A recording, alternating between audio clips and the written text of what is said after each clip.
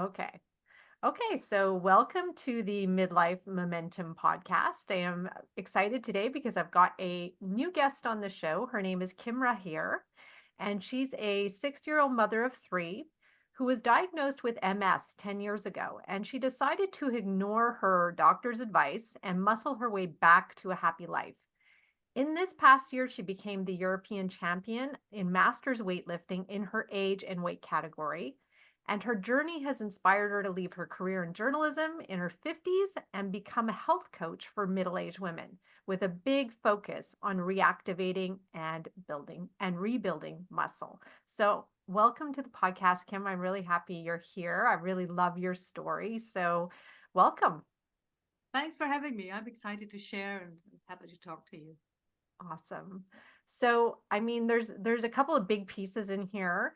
First of all, I guess we can start with your MS diagnosis because I guess that's where your journey really begins in this way, correct? Yes, actually, the MS diagnosis was like the cherry on top of the cake because I had had an autoimmune episode 2 years before that, which was supposed to be a one-off, and that's how it evolved. But it had me 6 weeks in hospital with my legs totally paralyzed, and that was like the scariest stuff ever because the doctors didn't really know what was happening. It was a syndrome, and then the syndromes are always tons of symptoms, and you try to sort of sort them. And I had one from one syndrome and one from the other syndrome, so that was when I had my first brush with illness, actually, and where I realized that everything that we take for granted can be taken away really from one day to the next. I was taking my kids home from school and realized I was seeing double. Next day, I was in the hospital, battery of tests, as I said, 6 weeks, leg is getting progressively paralyzed. Came home just before Christmas, um, wheelchair, crutches. Took like 6 months for me to be walking normally again. And it was all autoimmune because my body was attacking its own nerves. And then after 2 years of follow up and treatments, I was given a clean bill of health. I was super happy that yes, I got my life back. And at that point in time, I had already learned so much from this illness because you realize that you are totally replaceable from one day to the next. We always imagine. I had 3 kids at the time, 3 small kids, and um, you think, oh my God, if I'm not here, the world is going to come to an end. It's going to, nobody's going to pick them up from school. Nobody's going to make dinner, the washing, the whatever. I had a job too. And you just can't imagine that the world keeps on turning without you. And then you get this really harsh lesson that it does. Um, Still, I was so happy when I got my clean bill of health and was told I didn't need any more treatment. And for me, it felt like a second shot at life. And I was not going to waste it. And I was definitely not going to waste it worrying about small stuff, sweating the small Mhm. stuff that we always do as women when we're in charge of so many things. Um, and that new second shot at life lasted for exactly 1 year, and then the MS story began. It started with numbness in my hand, and well, I was forewarned because I had had this neurological trouble before, so I went for diagnostics, and they said this time it's different. This time it's actually the white matter in your nerves that is being attacked by your immune system. So this is a full blown MS episode, and if it comes back, then you're an MS patient and you will need treatment for life. More Mm. scary times. And it's like, shooting you sky high and then sort of having you crash like brutally. And I remember those days. It was just, you could do it's a bit like you can't really believe it, but it's happening. And when you start wondering about the future, I mean, then you're like, you know, you have a problem because with MS, the future is totally unpredictable. Everybody has a different story. You could be in Yeah. a wheelchair, you could be blind, you could have all sorts of things happen to you. But they said only official after the second episode, after a relapse. I spent a year thinking, it's not coming back, it's not coming back, it's not coming back, it's not coming back, it's not coming back. And then it came back after a year, Mm. exactly. And it was very mild. I only noticed it because I was very attentive. It was not debilitating. It was treated right away with an infusion. And I, I was not, I mean, I was not happy that it happened again, but I felt a difference between the first relapse and this one. And I thought, I think this is getting better. This is not quite as bad. But the doctor, of course, said, no way. Mm. You need treatment for life. And I fought him for an hour because I didn't want treatment for life. Why are we so, and I know this from other conditions too, we don't want this to depend on medication or treatment for life. And I've thought about this a lot. Why is it so scary? It's because it takes your power away from you. You know, you Yeah. you become this. You're dependent. You're dependent on a medication. You're dependent on people to give it to you. Um, and I found that so scary that I fought the doctor, but I had to give in the end, and started injecting myself 3 times a week with interferon beta. Um, and I haven't had a relapse since, but I I didn't like the way the treatment made me feel. It's like you have the flu every time you inject yourself. Mm. And I definitely didn't like the label of a sick person or someone who has MS. So I asked my doctor, could I go back to exercising? And he said, yeah, but please be careful. And, what the hell does that even mean? Uh, and I decided that I was not going to be careful because I was feeling okay after the first episode I had. I still have a numb left hand, but I could walk. And after my very, very first brush with autoimmune disease, I knew how valuable, how precious it is to be able to walk. And I certainly thought that I could exercise. So I just went back to the gym and started lifting weights.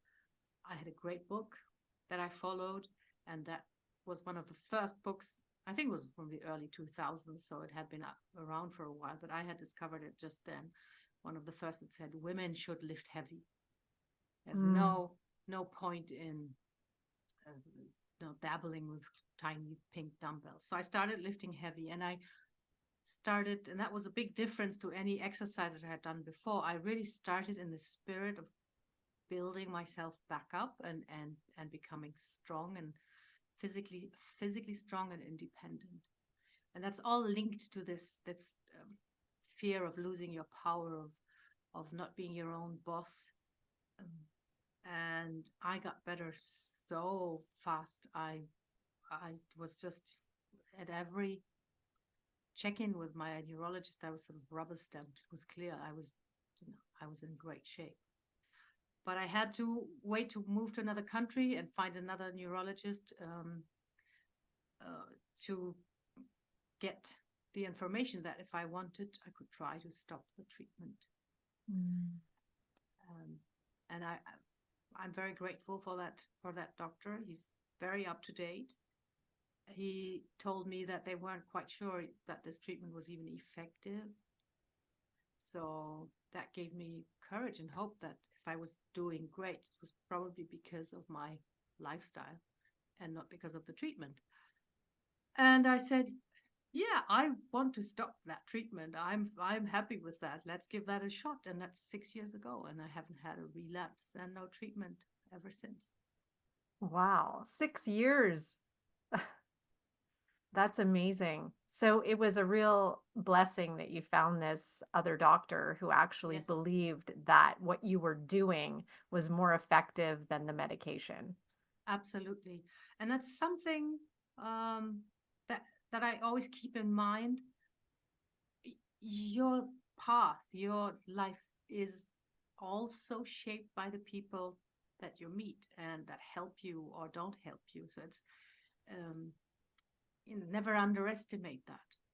But Yeah. then you have to be out there and you have to share what you think that you need or how you feel or what you want to do, or you have to share that. You have to put it out there for the right people to pick up on that and then help you shape your life in the way that you want to shape it. You can't just go, okay, I'm going to see who I'm going to meet and then we're going to see what happens. No, you have to No. go out there and say, this is me. This is what I want. This is what I value. This is what I want to do with my life. And that way, the right people will hear the right message from you, and then they will help you shape your life, which is I I'm always totally believe that. I love yeah. that message because we get what we put out there. And you were putting out the belief that what you were doing was actually helping you, was actually making you healthier. So you kind of attracted that doctor who also believed the same thing, right? Yes, and it gave him the courage because it at the time I don't know how it is now because it's 6 years ago that he said they were having doubts about interferon beta. Maybe they're not using it anymore. Hopefully, if it's not working, but it was like it was normal to never stop that treatment. When I talk to nurses, for example, sometimes they need to help you with injections or they no, you can never stop that. It's too dangerous. So the fact that I sort of came and said, look at me, look how I am, look at what I want, gave him the courage to sort of say that, yeah, let's try this. I'm all for it. Let's break the norm, break the rule, and to give this a shot. So yeah, I'm really grateful, and this is something. It feels great to think, yes, I muscled my way out of this, and I did because I trained hard. I still train hard every week of the year, and but I'm always grateful and always think that I was lucky too. I was lucky too because I met the right people and things like that. So it's a mix. Yeah. So it's interesting. So what led you, I mean, I guess you got into taking care of your body mostly because your body was failing in some way. You had an autoimmune condition and then diagnosed with MS, and then you felt out of control, like you were saying, like you don't have control over that. So you took back some control by taking care of your body. And then you found a book. Is that the book that is that the whole reason you went to lifting heavy weights, or was there something Um, else? no, the book sort of gave me the idea of lifting heavy and doing Hmm. other stuff. I had been to gyms before, but it was always in this like going through the motions and yeah, we have to move and we have to do and using the machines and never really feeling it. Um, and yeah, it's the book. It has this crazy title. It's called "Lift Like a Man, Look Like a Goddess." I don't know how I found it, but it definitely changed my life, and I still know the workouts in there and the principles in there. But women need to lift heavy, and then we want to train movements, not muscles. So it's not bodybuilding. It's not about having a big bicep. It's about being functional, about being able to push and pull and lifting and carry. They're still valid today. Yes. So I think it was.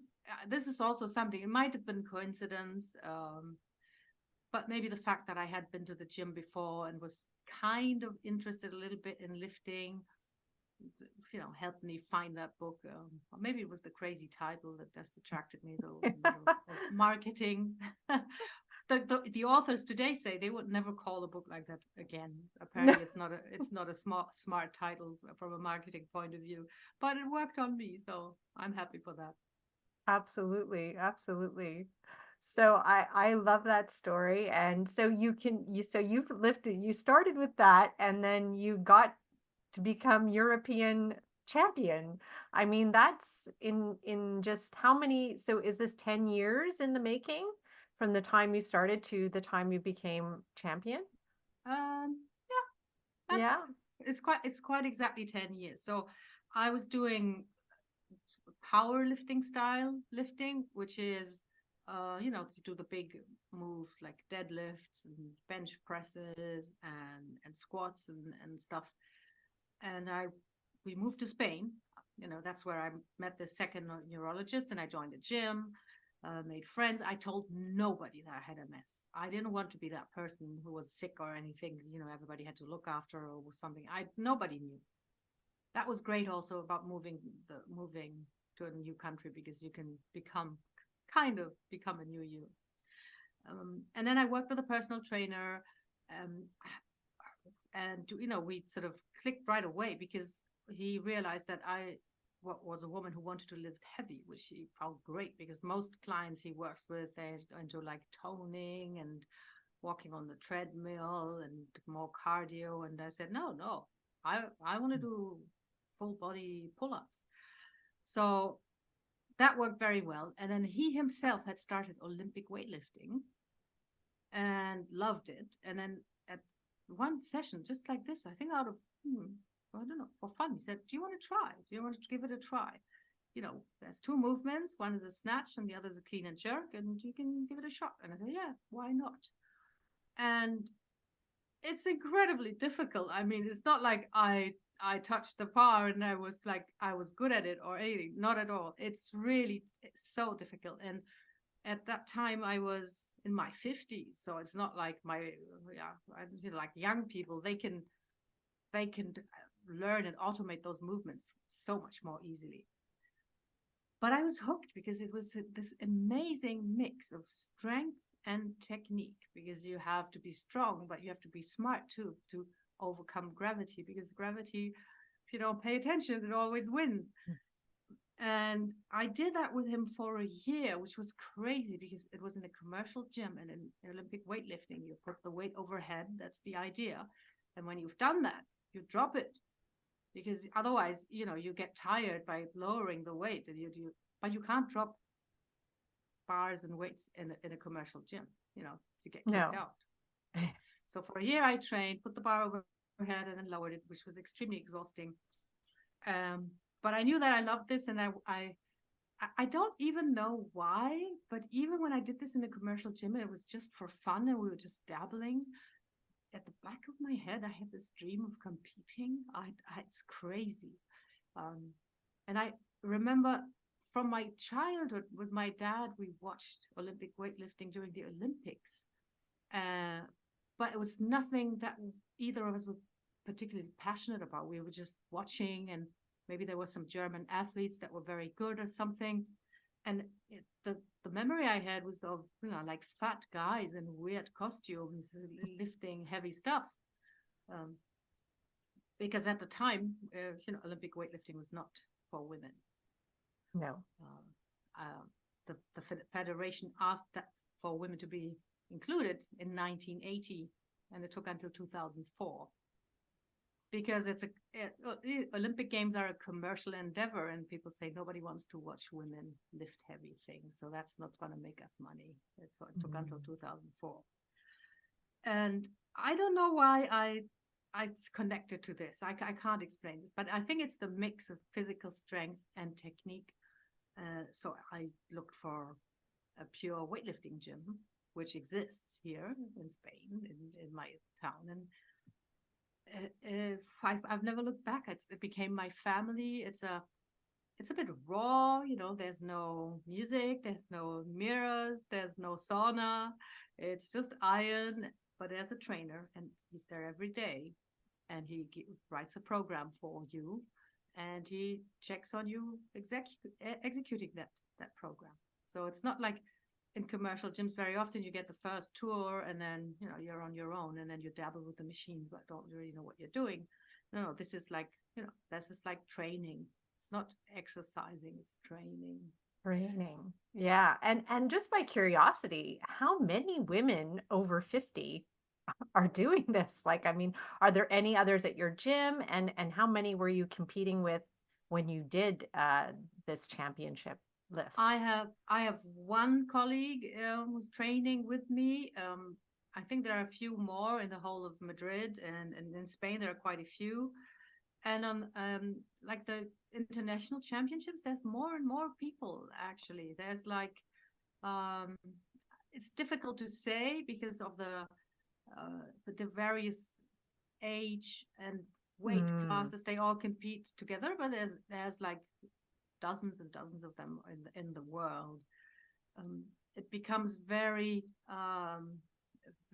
exclusive in the 85 years and older group. I don't think I ever saw any women in that, because that's Mm. probably a generational thing. Like in 20 years, I'm hoping to be in that group, and then the 80 plus or something. But you still have 89-year-old guys doing that.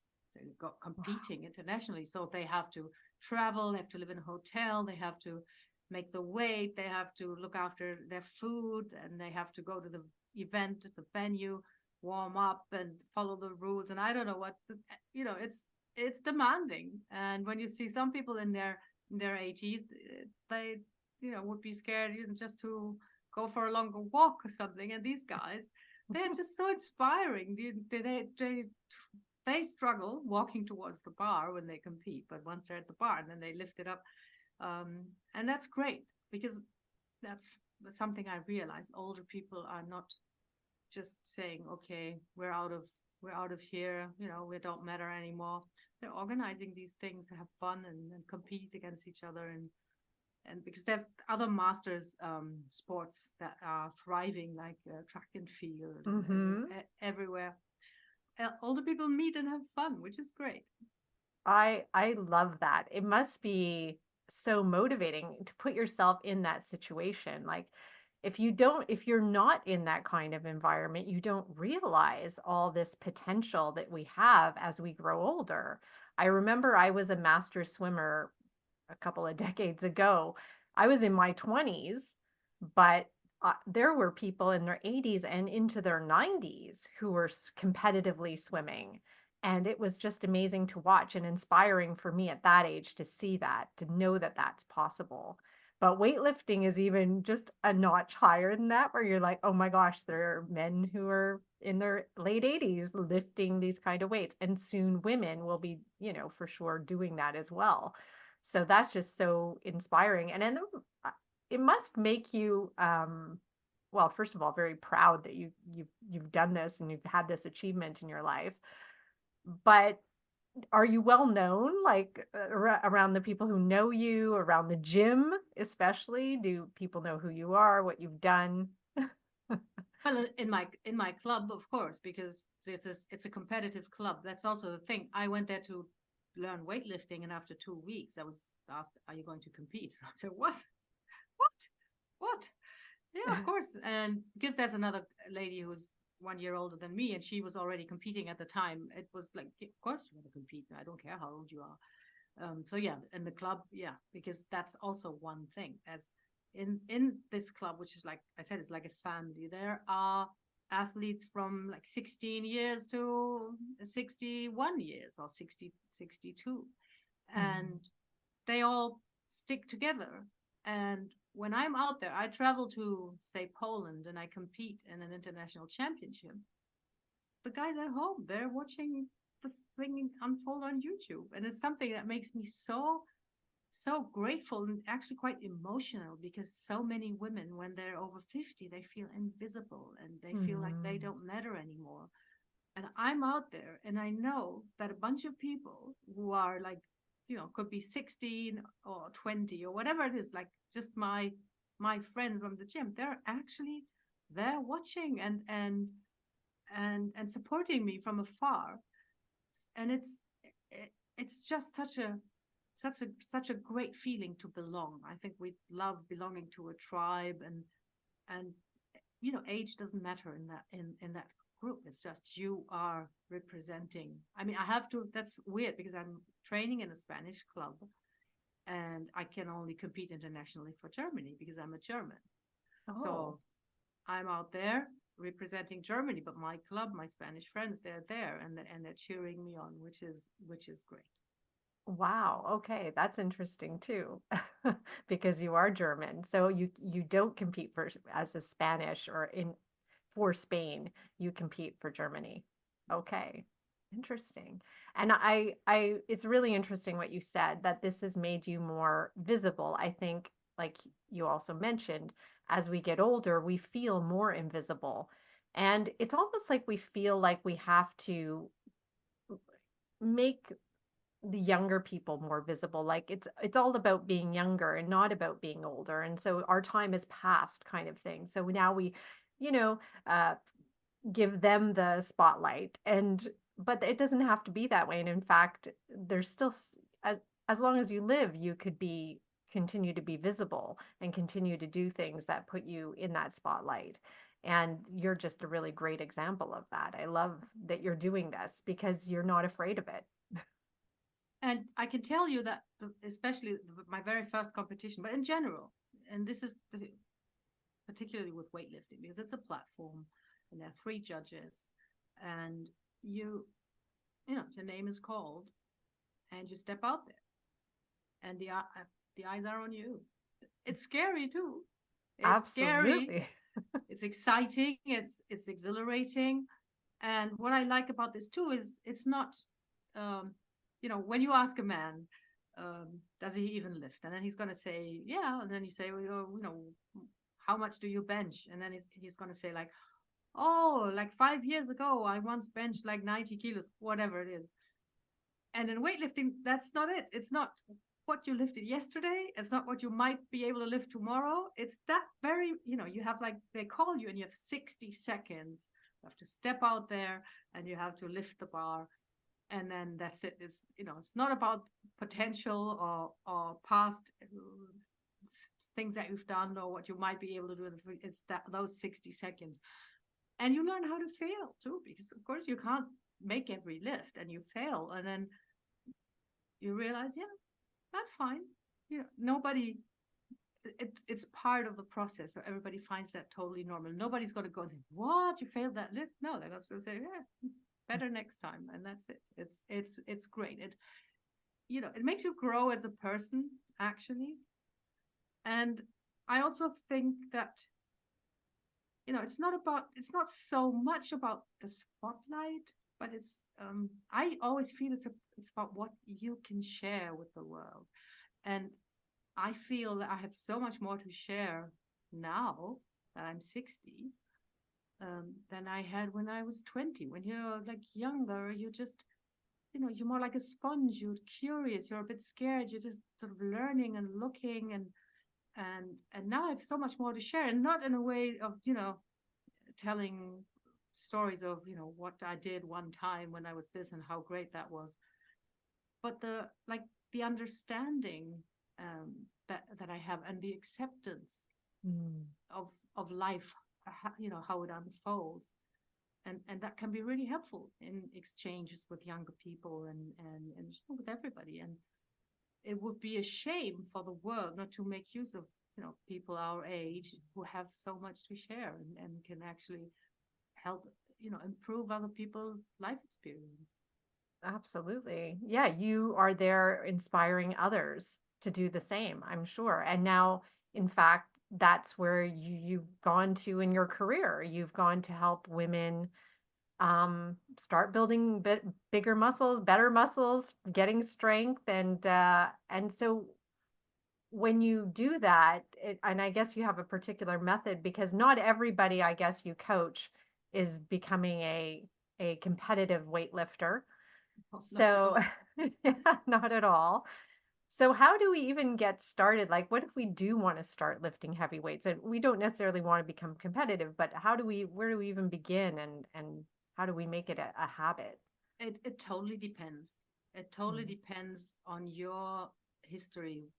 Have you ever trained in your life? Have you been physically very active? Um,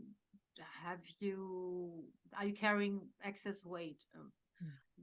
Are you struggling with your joints? We really, and this is the whole secret, of my work when it comes to strength with women. I just look exactly at, how they are, where they are at, what they need, um, and what they can do at this point in time. And then I start them there. And that could be extremely gentle movements, just gentle activation to wake up the whole system, wake up the muscles. Or it could be, already starting with squats and some form of push-ups.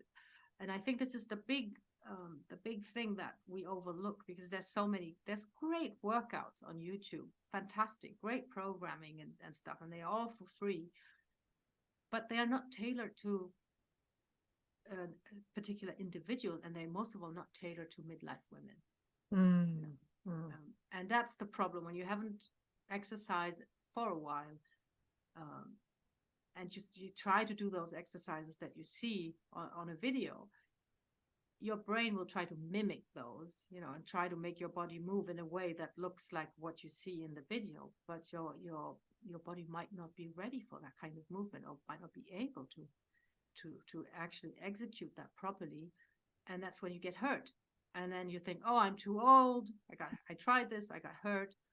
I'm too old. I can't do this anymore. When it's really crucial, and that's my big appeal to everyone. If you want to start training, and you should start training like today mm. or even yesterday, start where you are at. Make a good assessment of your strength and your mobility, and what exactly do you feel able to take on, and then be conservative in that, because once you start activating, you can like progress really quickly. You don't have to, I don't know, do Mhm. gentle mobility exercises for months on end, but you have to start with those to make sure that you're safe.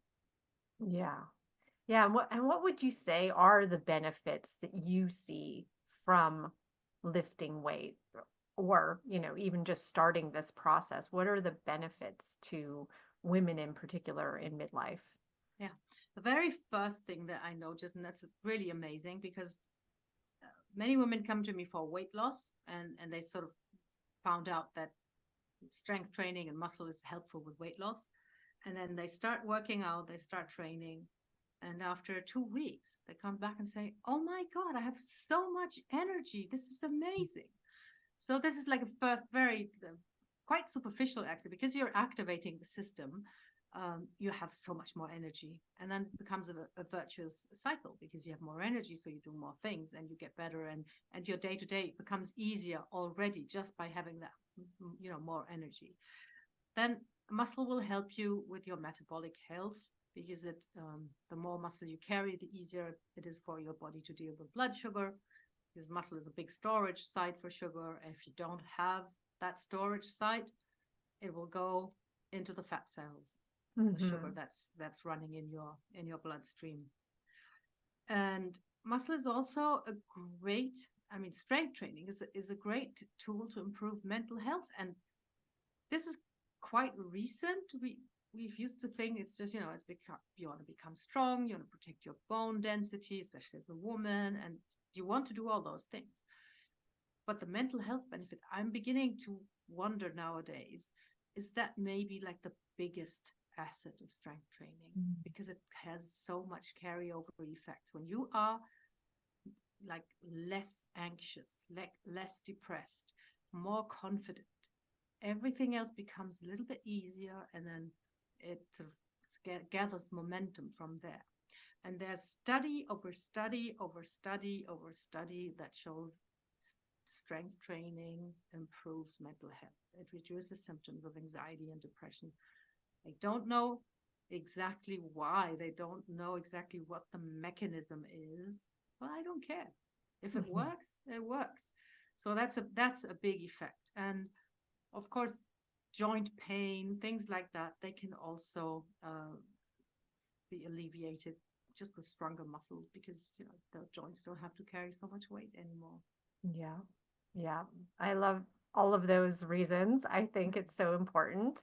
The very first one you mentioned, that increase in energy, and I think it's so counterintuitive, because we think, oh, it's going to take me so much energy to start doing this, right? To start exercising, to start movement, to start lifting weights, that I don't have the energy to do that. But, you know, conversely, the more energy you spend, the more energy you're actually going to get.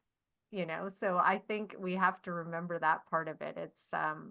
But so good, because I think so many women I speak to are very depleted in energy. They're exhausted, they're stressed out. And for just those reasons, I think it's great to start. And then in midlife, of course, like you said, just the strong bones is so important. I had somebody on the podcast recently who was talking about that, because she was diagnosed with osteopenia, and there's others who have osteoporosis at this age. So, Yes, these are things that we have to consider. And even I was looking at that, and although it's kind of controversial right now, they are finding that lifting weights, even when you have these conditions, can be beneficial. So even though we're afraid of it sometimes because, oh, what if I make things worse? But I think working with somebody like you or somebody in the industry who is used to working with women at this age, we can actually get stronger in a very safe way. So I really appreciate that. Yeah, I think it's really crucial because at some point in our lives, we all have limitations. You could have an injury, or you have high mileage knees. You have problems with your shoulders. Could be anything. Um, we can always circumvent those limitations. We can always keep training and do something else that does not, you know, implicate that part of your body that's hurting right now or that's been hurting for a while. It doesn't matter. You don't want to stop you.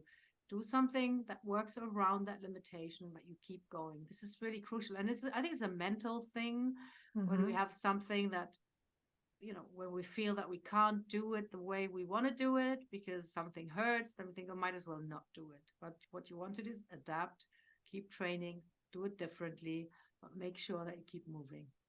Yes, yes. And again, that's an important point because I have had to stop running because of my hip recently. And I've picked up swimming again. So I've done other things. I've started lifting heavier weights too in to just to make my joints stronger. Yes. And it really does make a difference. I do feel better in my body. So yeah, there's always something we can do. Even if there's pain somewhere, we can work other things. There's always something we can work on and feel better. So I love that Yes. point. So is there anything else that you want to share today? Well, I want to share most of all that it's never too late Mm, because I think that's a feeling that can creep in yes. um, when you reach midlife.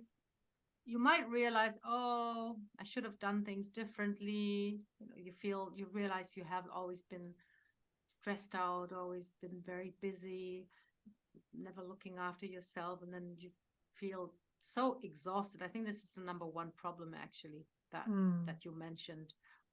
Also with the women who come and work with me, um, they might say the problem is the weight.